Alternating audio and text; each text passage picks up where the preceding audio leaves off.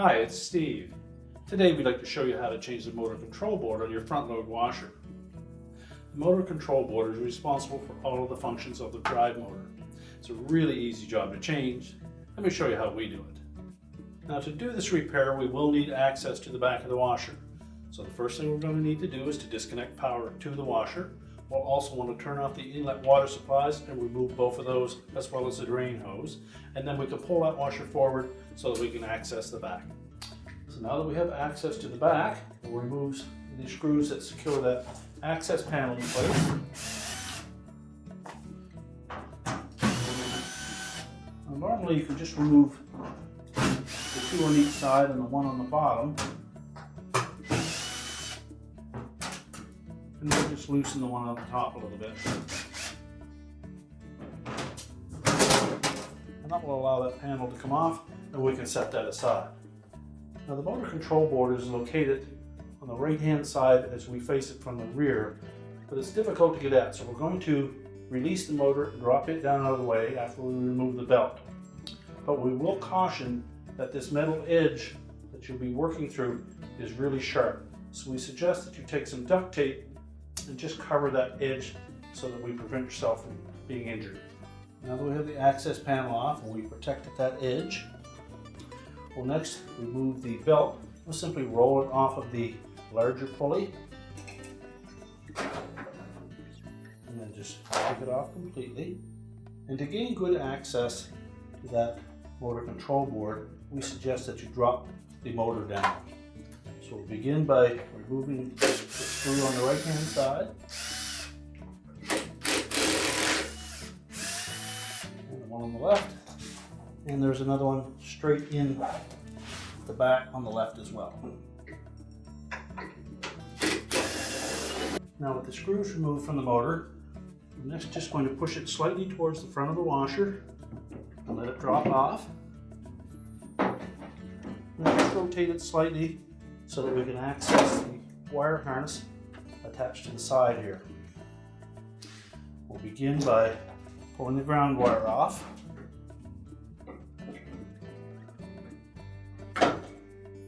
Now with the ground wire removed, next we're going to pull this little wire harness clip off. It has a little arrowhead fastener that shoves through an opening on that motor frame. So using either a flat blade screwdriver or a pair of pliers, we'll just tuck those fasteners in.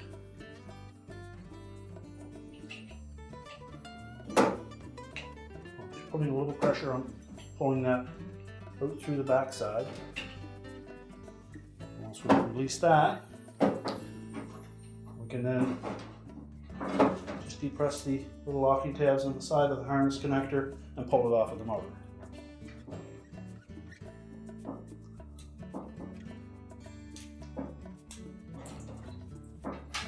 Now with that disconnected, you can either push the motor back to the front of the washer out of the way. Now next we need to remove the screw that secures this little mounting bracket to the base frame using either a number 2 square head screwdriver or a number 2 Phillips screwdriver. So just remove that screw.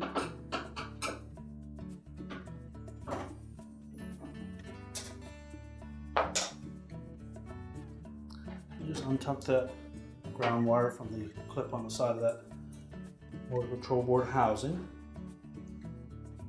Now we can pull that housing just slightly towards us, and that will disengage the little plastic tab. Now at this point we'll need to tilt that around so that we can access a harness connector at the very bottom. Again, we'll need to release the locking tab on that.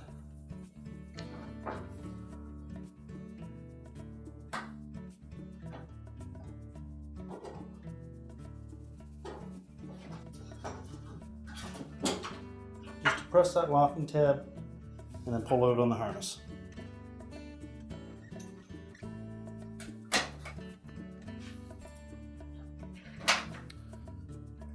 Now we can tilt that board down. We also need to disconnect these 2 harnesses on the top. And to do that, we'll need to flip the cover up.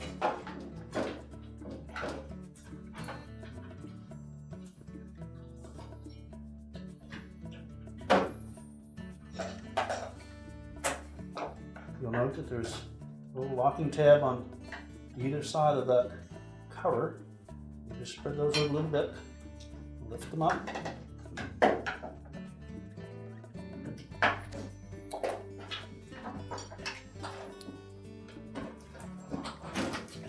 Now that we've got that control board facing us, we're next going to lift off that small wire harness connector. So just grasp the sides of it and wiggle it a bit and pull it off. Now we can pull that whole board and the rest of the harness out through the opening. Where next we can remove ground wire. Use the needle nose pliers to grasp that connector, pull that off, as well as the edge board connector on the left side there. Now we can discard the old motor control board. Now once we've removed the motor control board from that washer, we'll next remove the wire harnesses.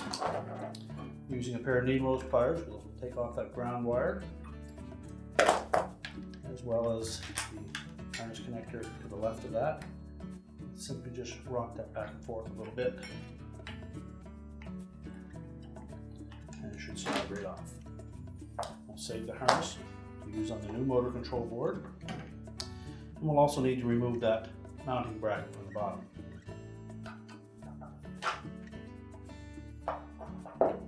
So we'll discard the old motor control board, install a mounting bracket first, tighten it securely, and next we'll lift up that top cover. Again, just using a flat blade screwdriver, we're going to release these tabs.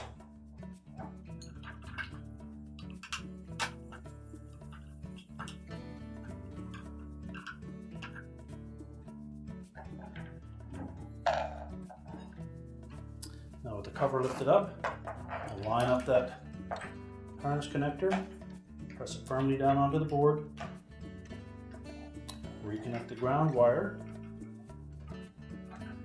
make sure that's all nice and snug.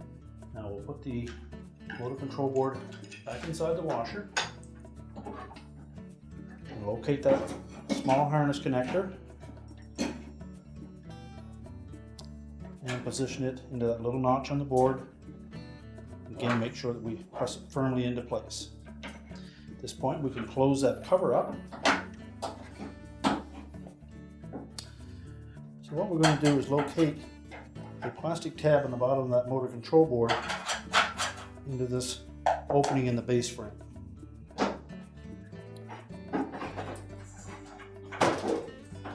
This is the plastic tab that we're going to line up in that opening.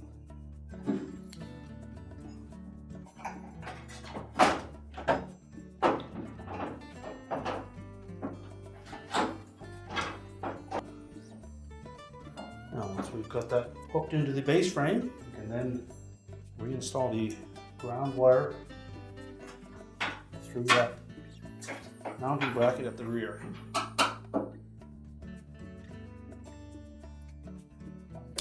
Now tighten that securely and tuck that wire up underneath the harness clip. Also going to reconnect the little 2-wire harness connector from the side here, push it in far enough that the locking tab engages. Now we'll pull the motor far enough forward that we can reattach the harness to the motor.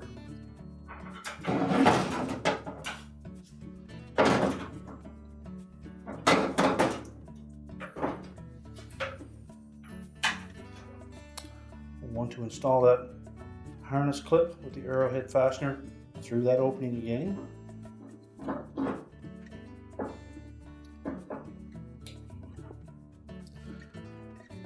And make sure that we press that harness connector firmly onto the motor and that both locking tabs engage, and also reconnect the ground wire.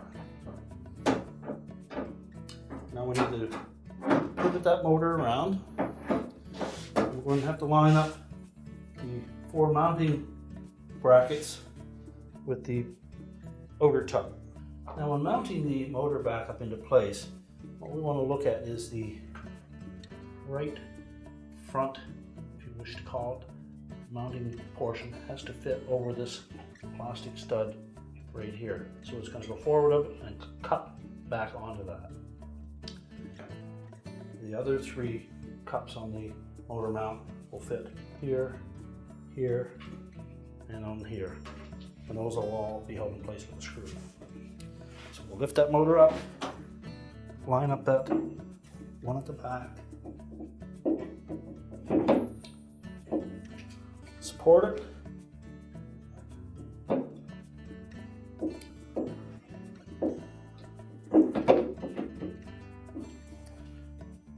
once we have it pulled into position, let's put one of the screws in to hold it there.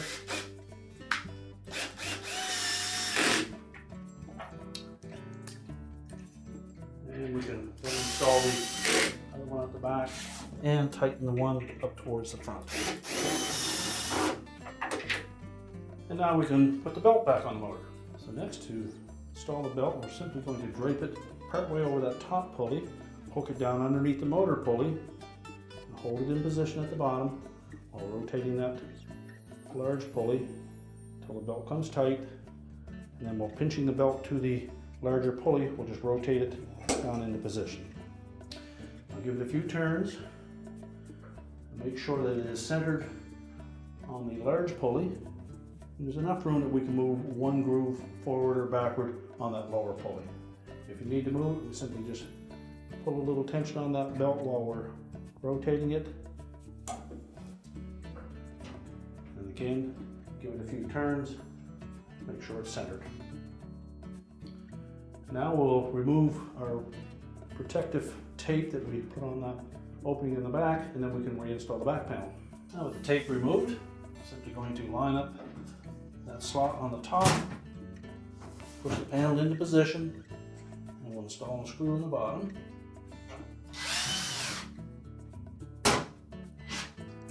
Make sure the holes on the sides line up, and then we can install those screws.